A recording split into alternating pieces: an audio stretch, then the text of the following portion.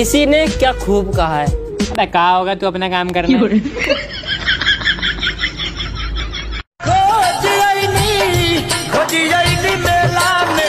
भैया ना मिलन ना जी, मुँह ना देख लो करिए नु बानी। गूगल भाई साहब, हराम का खाना कहाँ मिलेगा? ए जी सुनिए ना। सुनाइए ना।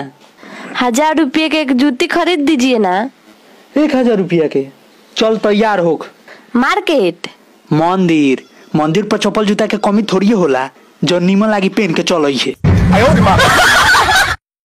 आज का सवाल मम्मी के लिए है, लेकिन जवाब ते को देना पड़ेगा भाई। ठीक है भाई, दे देंगे। पूछ। बताओ कौन सा काम है जो बेटा करे तो बुरा और दामाद करे तो अच्छा लगता है? ऐसा कौन काम? अबे बीबी का गुलामी। हेलो पूजा, मैं तुम्हारे बिना जी नहीं सकता। अगर तुम मुझे नहीं मिले तो मैं अपने हाथ की नस काट लूंगा, फांसी लगा लूंगा, जहर खा लूंगा, जैसा तुम्हें ठीक लगे।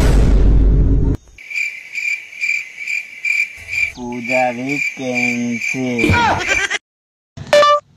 बुलाती है मगर जाने का नहीं, ये लड़की कहाँ मिलेगी भाई साहब?